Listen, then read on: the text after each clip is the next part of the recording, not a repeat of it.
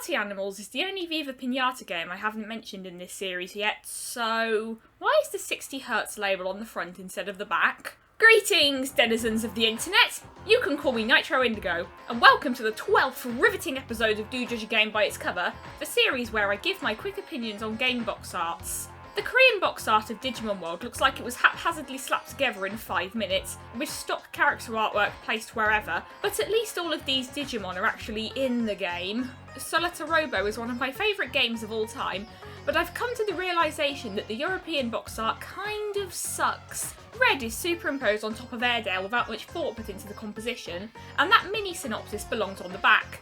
Plus, the title means sky and robot, but this cover doesn't emphasise that it takes place in the sky, or that there are robots in it. The American box art is gorgeous, and I wish we could have gotten that instead. Klonoa Fantasy Reverie series has a boring blurb that doesn't tell you anything about what makes Klonoa unique, such as the puzzle elements and emphasis on story.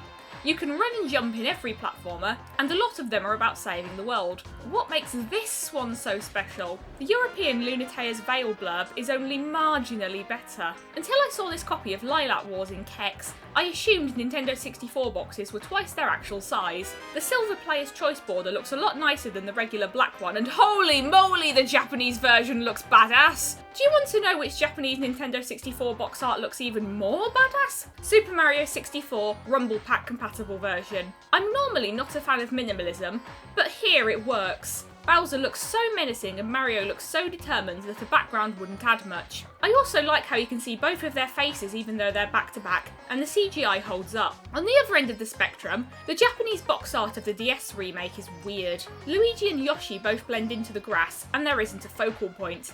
I much prefer the Western version because the playable characters are at the front and centre in dynamic poses. And finally, why does the word adventure look like an afterthought on the back of Pokemon Let's Go? And why is it formatted better in Spanish? If you want to talk to me about anything really, consider joining my Discord. If you want to support me as a content creator, consider donating to my Ko-Fi. Links to both in the description.